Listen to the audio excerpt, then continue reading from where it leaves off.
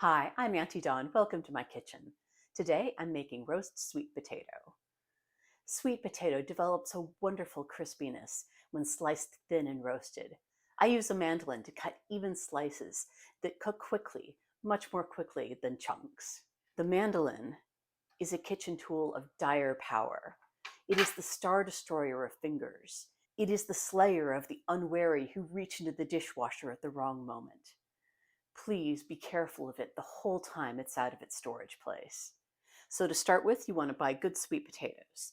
This is a huge one, and you can see it's got nice even colored skins with no big brown patches and not a whole lot of eyes or rough patches. I'm going to start by scrubbing it well. Because this is so big, I only need one sweet potato to feed both of us. So with a thin stream of water, I'm going to use a rough scrubby sponge to scrub all over my sweet potato.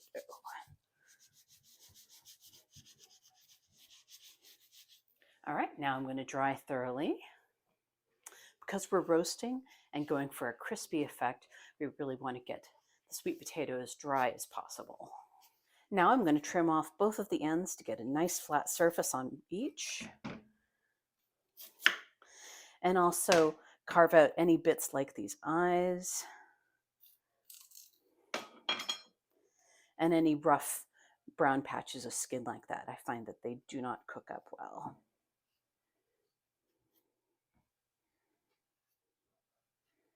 So any place where it's soft or funky looking, we want to get rid of that. Okay, now I can start making slices with the mandolin. So I'm going to set it down and slide it across. You see I've got plenty of space between that cutting blade of the mandolin in my hand, so I can do this for a little bit, switching the sides. And this yields nice even slices, just like this.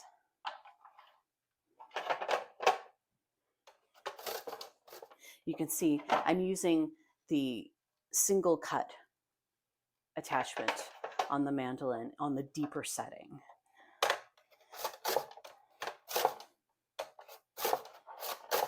Okay, so now that I'm getting up to where my hand is in danger, actually I've gotten considerably off the straight on this, so I'm going to slice it so that it's relatively flat again. Then I'm going to puncture it onto the hand guard here so it's held nicely in place, and use that for the rest of the time to preserve my hand from that blade.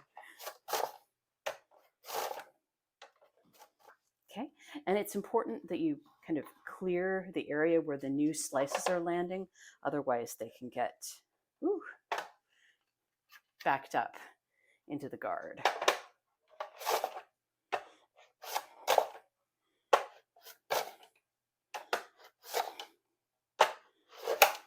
And there we go.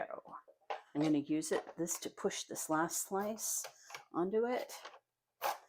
This might get scarred up, but better that than my fingers.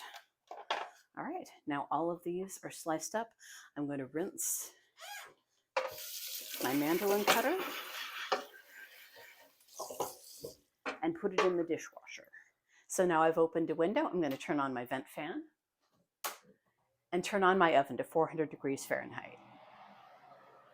For my next step, I'm going to toss the sweet potato slices in a little bit of salt and a neutral oil.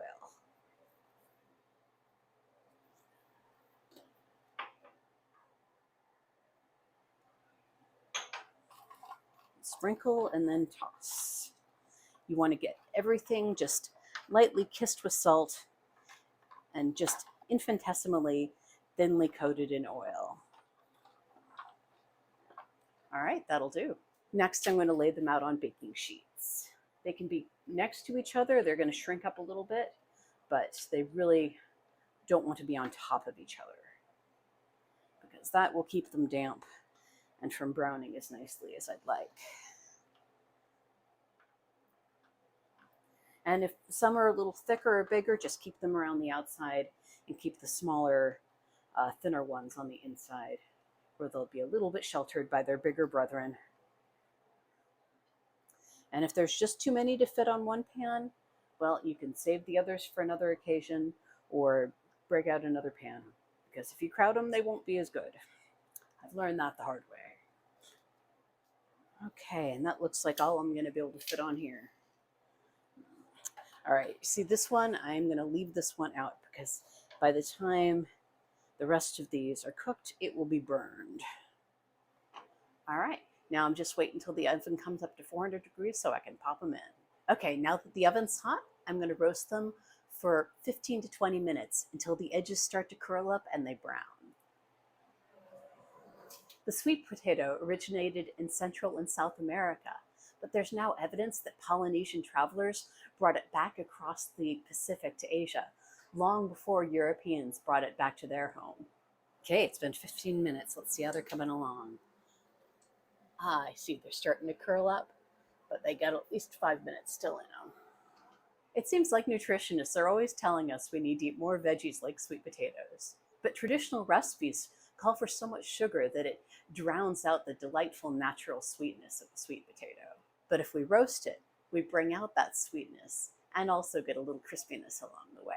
So the big sheet pan of them is still roasting, but you can see these came out much more quickly. And this one that was just a little bit thinner, you can see it is burnt and inedible. The timing on these can be very tricky. You really want to keep an eye on them. Okay, so actually closer to 30 minutes later, the big sheet pan of these big browns are done. You can see when I flip them over, they've started to brown on the bottom. They're starting to curl up, and the outer edges crispy. This is an excellent side for a wholesome meal like bulgur or brown rice and roast chicken and sautéed broccoli. I hope you enjoy these sweet potatoes as much as I do. See you next time.